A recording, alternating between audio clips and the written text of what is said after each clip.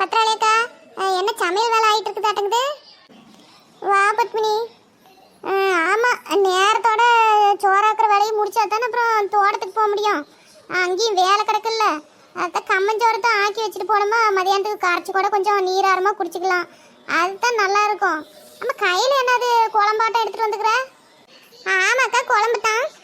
அன்னைக்கு நம்ம வீட்டில் இது மீன் குழம்பு வாங்கிட்டு போனோம்ல, அதை சாப்பிட்டுட்டு அன்னைக்கு வாங்கிட்டு போன கப்பை நானும் எடுத்தாரலான்னா எங்கே நினைப்பே இருக்க மாட்டேங்குது. விலைக்கு கம்மித்தனத்தை அது அப்படியே இருந்துச்சு. சரின்னுட்டு இன்னைக்கு தான் ஏதோ கப்பு தடக்கல பார்த்தேன், அப்புறம் நினப்பு வந்துச்சு. நான் இன்னைக்கு கருவாட்டு குழம்பு வச்சேனா, உங்களுக்கு தான் கருவாட்டு குழம்புனா நல்லா பிடிக்கும்ல, சரி கொஞ்சம் கொடுத்துட்டு போகலாம்னு ஓடியாந்தேன். அடியே ஆயால அம்பிட்டு கணக்காக்குறேன். அன்னைக்கு நான் மீன் குழம்பு கொடுத்து விட்டேன்னு சொல்லிவிட்டு சும்மா எப்படா கப்பை கொடுக்குறேன்ட்டு இன்னைக்கு கருவாட்டு குழம்பு ஊற்றி எடுத்துகிட்டு வந்துக்கிற. சரியான கணக்காக்குறியா பத்துமணி நீ? ஐயோ, நீங்கள் என்னக்கா தப்பாக நினச்சிக்கிட்டீங்களா? நான் அதை நினச்சி கொண்டாடல. கருவாட்டு குழம்பு உங்களுக்கு நல்லா பிடிக்கும்ல, எனக்கு தெரியும். சரி நல்லா சாப்பிடுங்கன்னு நான் எடுத்துகிட்டு வந்தேன். நீங்கள் என்ன இப்படி நினச்சிக்கிட்டீங்களா? நான் குழம்பு பிடிச்சிருந்துச்சுன்னா உங்கள் வீட்டில் எத்தனை நாள் ஏச்சும் வாங்கிட்டு போய்க்கிறேன். அம்பிட்டு கணக்காக தான் நான் வாங்கிட்டு போவேன்னு சொல்லுங்க பார்க்கலாம். அம்மாடி பத்ராளி, அந்த கருவாட்டு சாத்தை வாங்கி வையே. அது சோத்துக்கும் கருவாட்டு சாத்துக்கும் நல்லா இருக்கும். நானும் சாப்பிட்டுக்கிடுறேன். நீ திங்கள்லாம் போயிட்டு போகுது. ஏமா பத்மினி, கருவாட்டு சாத்துக்கு களி கிண்டி இருக்கலாம்ல? களிக்கும் கருவாட்டு சாத்துக்கும் காம்பினேஷன் நல்லா இருந்திருக்கும். சரி விடு, நான் சோத்துலயே வச்சு சாப்பிட்டுக்கிடுறேன். அவ கிடக்குறா எதையாவும் சொல்லிக்கிட்டே தான் இருப்பா. நீ வீட்டில் கொண்டு மூடி வையே. சரிண்ணே. ஆமா, களி தான் நானும் கிண்டலாம்னு நினைச்சேன். எங்க வீட்லயும் அப்படித்தான் சொன்னாங்க. ஏட்டி கருவாட்டு சாறு காய்ச்சிக்கிற களி கிண்டினா நல்லா 2 உருண்டை தின்றுக்கலாமான்னு. நானும் பொழுதோடைக்கு எதுக்கு கிண்டனா எடுத்துட்டு வரேன். நீங்க சோத்துல சாப்பிடுங்கண்ணே இப்போதைக்கு. சரிம்மா சரிம்மா, நல்லா கட்டி உழுவாத அப்படியே பச்சை இலையாட்டம் கிண்டி எடுத்துட்டு வா பார்க்கலாம். நானும் உங்ககிட்ட ரொம்ப நாளாக கேட்டுக்கிட்டே இருக்கிறேன். இவ வேலை கிடக்குன்னுட்டு களி கிண்டியே தார மாட்டுக்கா. அவரு கிடக்குறாரு பத்மினி. அவரு என்னன்னாலும் சொல்லிக்கிட்டு இருப்பாங்க, உனக்கே வேலை கிடக்கும். அவங்க கேட்டுவிட்டாங்கன்னு நீ பாட்டுக்கு பொழுதோடைக்கு போட்டு களியை கிண்டிட்டு கிடக்காத. உனக்கு நேரம் இருக்கும்போது எப்போ சரி அப்போ கொண்டாந்து கொடு. கேட்டுவிட்டாங்களேன்னு நீ பாட்டுக்கு இழுத்து போட்டுக்கிட்டு வேலையை செஞ்சுட்டு கிடக்காத. உனக்கே அத்தனை வேலை கிடக்கு. இது வேற அடி பிடிச்சிக்கிட்டு இருமா, அதை கிண்டி விட்டு வாரேன். ஏங்க, நீங்கள் பாட்டுக்கு அவகிட்ட களி கேட்டிங்கன்னா அவள் அதுக்குன்னே மெனக்கட்டு கிண்டிக்கிட்டு கிடப்பா. சத்த வாய் வச்சுட்டு சும்மா இருங்க, அப்புறம் நேரம் இருக்கும்போது நானே களி கிண்டி தாரேன். ஏட்டி இப்போ நான் என்ன கேட்டுவிட்டேன்? நீயும் கிண்டி தார மாட்டுக்கிற, கிண்டி தாரங்களையும் விட மாட்டுக்கா. அவ கிடக்காம அப்படித்தான் சொல்லிக்கிட்டு இருப்பா. நீ கொஞ்சம் சிரமம் பார்க்காத, பொழுதோடைக்கே கிண்டி எடுத்துட்டு வா பார்க்கலாம். ஒரு 2 உருண்டையா எடுத்துட்டு வா. அண்ணனுக்கு களின்னா நல்லா பிடிக்கும் பார்த்துக்க. அப்புறம் கருவாட்டு குழம்பும் கொஞ்சம் சேர்த்து எடுத்துட்டு ஓடியா. சரிண்ணா சரி, நான் கிண்டி எடுத்துட்டு வரேன். இதுல என்ன சிரமம் கிடக்கு? பத்திராளியாக்கா கிடக்குறாங்க, விடுங்க. நான் கிண்டி என்ன கருவாட்டு குழம்பு நிறைய தான் வச்சு விட்டேன். பழைய குழம்பா தின்னா தானே நல்லா ருசியா இருக்கும். நான் 2 உருண்டை 3 உருண்டையை எடுத்துக்கிட்டு கருவாட்டு சாறு நிறைய ஊத்திட்டு வரேன். இவர் ஒரு கூறு இல்லாத மனுஷன்ப்பா. நாம என்னத்துக்கு சொல்றோம் ஏதுக்கு சொல்றோன்னு ஒண்ணு பேச்சு கேட்கறாங்களா பாரு. அவளுக்கு என்ன வேலை கிடக்கா? தொட்டதெல்லாம் அவ ஒருத்தையும் செஞ்சாதான். அந்த பிள்ளைங்க என்ன ஒரு வேலை தீண்டுதுங்களா? ஒன்னா அப்பதான் அவளுக்கு இவரு போட்டு வேலை வச்சுக்கிட்டு நான் தான் செஞ்சு தாரேன்னு சொல்றோம்ல. இவா ஒருத்தி இங்க எப்படியோ கத்திட்டு கடை. எனக்கு என்ன வந்துச்சு? எனக்கு கொஞ்சம் வெளியில வேலை இருக்குது, நான் போயிட்டு வாரேன். யாக்கா, என்னத்துக்கு போட்டு அண்ணங்கிட்ட அப்படி சண்டைக்கு போறீங்க? அவரு பாவம் ஓடியா போயிட்டாரு வேலை கிடக்குன்னு. என்கிட்ட தானே கேட்டாரு, உரிமையா கேட்டாரு. என்னப்ப நானு களி கிண்டி கொடுத்தா என்ன குறைஞ்சா போயிடுறேன்? ஐயோ கத்தல பத்மினி, உனக்கே வேலை கிடக்கல, அதுக்கு தான் சொன்னேன். வேற என்ன போயிட்டு மாமா கிட்ட என்ன பிடித்து வரோம்? என்ன பார்க்கறதுக்கு வந்தியா இல்லை அக்காவை பார்க்க வந்தியா? நானும் பத்திராளி அக்காவை பார்க்கறது தான் வந்தேன்.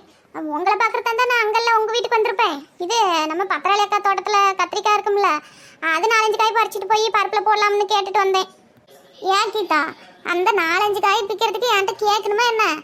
பிச்சுக்கிட்டு போய் பருப்பில் போட்டு கடைஞ்சி சாறு காய்ச்சி விடு. என்னப்பா? சரிக்கா, இப்போ என்ன தந்தாலும் கேட்டுட்டு தானே பிச்சுக்கிட்டு போகணும். அது கேட்காம போனால் அது நல்லா இருக்காது, பார்த்துக்கிடுங்க. அது சரி, பீக்குங்க என்னத்துக்கு வறுக்கிறதுக்கா? ஆமாம்மா, இந்த கம்மஞ்சோறு ஆக்கி விட்டேன். சரி, வெறும் இதாக குடிக்கிறதுக்கு அந்த பீக்கங்காயை 2-3 வறுத்து வச்சுமா கடிச்சிக்கிட்டு குடிக்கிறதுக்கு நல்லா இருக்கும்ல, அதுக்கு தான் அதையும் கொண்டாந்து வச்சேன். அது வெந்ததும் அதை வறுத்துப்பலான்னு பார்த்தேன். அதுக்குள்ள 10 மணி கருவாட்டு சாறு காய்ச்சினு ஒரு கப்பில் ஊற்றிட்டு ஓடியாந்துக்கிறா. கருவாட்டு வாசனை தான் ரோட்டுக்கிட்ட வரக்குள்ளேயே வாசனை மூக்க பிச்சுக்கிட்டு போகிற அளவுக்குள்ள வந்துச்சு. அதான் பார்த்தா கம்மஞ்சோறு ஆக்கிட்டு இருக்கிறீங்க. அது எங்கேருந்து வருதுறான்னு நானும் யோசித்தேன். ஆமாம் கீதா, அன்னைக்கு சரி என்னத்தை போட்டு குழம்பு வைக்கிறதுக்குன்னு ஒரே யோசனையாக இருந்துச்சு. அத்தை கருவாடு இருந்துச்சு, அதை எடுத்து அப்படியே சாறு காய்ச்சி விட்டேன் புளி ஊற்றி. அது சரி நம்ம பத்திராளி அக்காவுக்கு கருவாடு சாறுனா பிடிக்கும்னு ஒரு கப்பில் நான் ஊற்றி எடுத்துட்டு ஓடியாந்தேன். சரி சரி. ஆமாம், அந்த பிள்ளைங்களுக்குலாம் எப்படி காலேஜுக்கு கருவாடு சாறு எடுத்துகிட்டு போக மாட்டோம் பாருங்களே, அவங்களுக்கு என்ன தாக்கி கொடுத்தீங்க? ஆமாம் போ, இந்த பிள்ளைங்களுக்கு கப்புக்கு ஆக்கி கொடுக்கறது தான் ஒரு பெரிய வேலை. இந்த சாறு வேணாம் அந்த சாறு வேணாம் அப்படின்னுக்கிட்டே பாருங்க. ஒரு கருவாட்டு சாறு வைக்கிறதுக்கு இல்லை, கறி குழம்பு நான் எடுத்துகிட்டு போக மாட்டேங்கிறாளுங்க. எதுனா கிளறியே தான் கொடுக்கணுங்கிறாளுங்க. சரின்னு விட்டு வெங்காயம் மிளகாய் அரிஞ்சு போட்டு 2 தக்காளி போட்டு கப்புக்கு மட்டும் கிளறி கொடுத்துட்டு எனக்கும் எங்கள் அப்பாவுக்கும் தான் கருவாட்டு சாறு. அது சாயங்காலம் வந்து நல்லா சாப்பிட்டுக்கிடுவாளுங்க, அவளுங்களுக்கும் பிடிக்கும். அந்த காலேஜுக்கு மட்டும் எடுத்துகிட்டு போகிறதில்ல, கிண்டல் அடிப்பாங்களாம் ஃப்ரெண்ட்ஸு, அதனால் எடுத்துகிட்டு போக மாட்டேங்கிறாளுங்க. பின்ன படிக்கிற பிள்ளைங்க கருவாட்டு சாறுலாம் பள்ளிக்கூடத்துக்கு எடுத்துகிட்டு போவாங்களா? அவங்க கேட்குறத தான் பண்ணி கொடுத்தாகணும், என்ன பண்ணுறது? இது வேற அடி பிடிச்சிக்க மாட்டேங்குது. இதை சத்த இறக்கி வச்சிட்றேன். கம்மஞ்சோறு என்ன மனம் மணக்குது. ஒரு கப்பில் எனக்கு கொஞ்சம் கம்மஞ்சோறு போட்டு கொடுங்கக்கா, கரைச்சி குடிச்சா எனக்கு நல்லா பிடிக்காது. சரி வாங்கிட்டு போகும்போது இன்னும் இந்த பீக்கங்காயை செதுக்கி சுரண்டி நறுக்கி வெங்காயம் எல்லாம் இன்னும் கட் பண்ணாத கிடக்குது. அதெல்லாம் என்னைக்கு ரெடி பண்ணி இதை வேற வறுத்து வச்சுட்டு தான் அப்புறம் சாப்பிடணும். இப்பயே மணி 10க்கு மேலே ஆகிப்போச்சு. இன்னும் எப்போ நான் தோட்டத்துக்கு வேற போகணும். இந்தா நான் தான் சாறு கொண்டாந்துக்கிறேன்ல, அதை குத்தி சாப்பிடுங்க. அப்புறம் வேலையெல்லாம் முடிச்சுட்டு பொறுமையாக கூட பொழுதோடைக்கு அதை வறுத்துக்கிடுங்களே. இப்பயே என்ன அவசரம்? நீங்களும் வேலை கிடக்குதுன்னு வேற சொல்கிறீங்க. அப்புறம் அதை என்ன எப்போ வறுத்து நீங்கள் சாப்பிட்றதுக்கு அப்புறம் மத்தியானம் இல்லை பொழுது எங்கேன்னு வந்துருமே. இப்போ இதை சாப்பிட்டுட்டு அப்புறமா நிதானமாக பொழுதோடைக்கு செய்வீங்க. ஆமாம் போ, பேசாமல் அப்படித்தான் ஒரு ரூபா போட்டு தின்னுட்டு போயிட்டு வரேன். அப்புறம் இங்கேயே சாப்பாட்டு வேலையவே பார்த்துக்கிட்டு இருந்தால் அப்புறம் அங்கே ஒரு வேலையும் ஆகாது. அப்புறம் அந்த ஏரி வேலை வேறு என்னமோ புது திட்டமாக போட்டுக்கிறாங்க அப்படின்னு சொன்னாங்க. அந்த செய்தியில் தான் பொழுதுனிக்கு சொல்லிட்டு கிடந்தாங்க. ஊருக்குள்ளே எனக்கு ஒன்றும் சொல்லலை. எதுனா உனக்கு எதுனா தெரியுமா?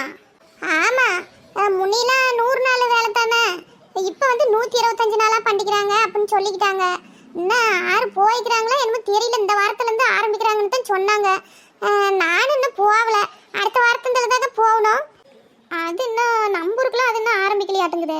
என்னமோ அடுத்த வாரமே என்னமோ சொன்ன மாதிரி தான் எனக்கு தெரியுது. கேட்டு பார்க்கலாம் அப்புறமா. அதான் ஒருத்தரும் போன மாதிரி காணும். போனால் நம்மளுக்கு என்ன தெரியாமையா போயிடும். அப்புறம் அடுத்த வாரத்துலேருந்து தான் எது நம்பூருக்கு வேலை போடுவாங்கன்னு நினைக்கிறேன்.